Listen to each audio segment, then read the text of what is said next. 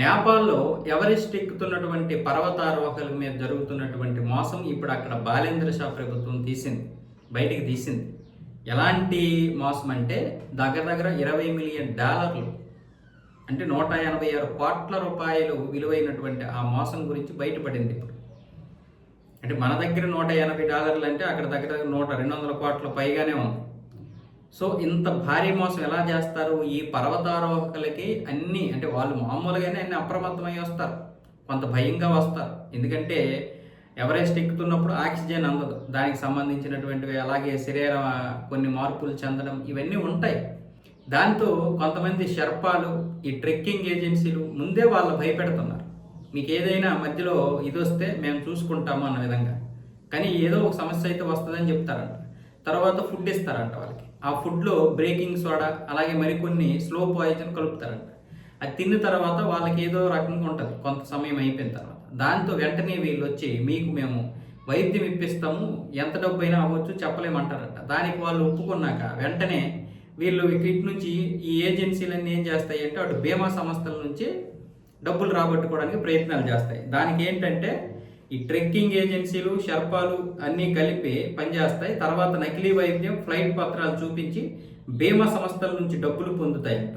తర్వాత బీమా సొమ్మును షెర్పాలు, హెలికాప్టర్ కంపెనీలు, ట్రెక్కింగ్ ఏజెన్సీలు, నకిలీ పత్రాలు ఇచ్చిన ఆసుపత్రులు పంచుకుంటాయని ఈ విషయాలన్నీ కూడా ఇప్పుడు నేపాల్కి చెందినటువంటి ప్రభుత్వం అయితే వెల్లడించింది. మీకు అర్థమవుతుందా? ట్రెక్కీలు ఏమో వెళ్తారు, పైకి పర్వతారోహణ చేసుకోవడానికి వెళ్తారు. వాళ్ళు అక్కడికి వెళ్ళడానికి కొంతమంది సపోర్ట్ చేస్తారు, వాళ్ళకి ఫుడ్ కావాల్సిన ఏమేం కావాలో అన్ని ఏర్పాట్లు చేస్తారు. ఈ ఫుడ్లోనే అంతా ఉంటుంది. ఈ ఫుడ్లోనే వీళ్ళేమొచ్చేసి బేకింగ్ సోడాతో పాటు ఇంకా అనేకం కలిపేస్తారంట. దానివల్ల కడుపు నొప్పి విపరీతంగా వచ్చేస్తాయి, చనిపోరు, వాళ్ళకి భయం ఏర్పడుతుంది. అంటే మనం ఈ పర్వతారోహణ ఎక్కడం వల్ల ఈ కడుపు నొప్పి వచ్చేసిందేమో అనుకుంటారంట.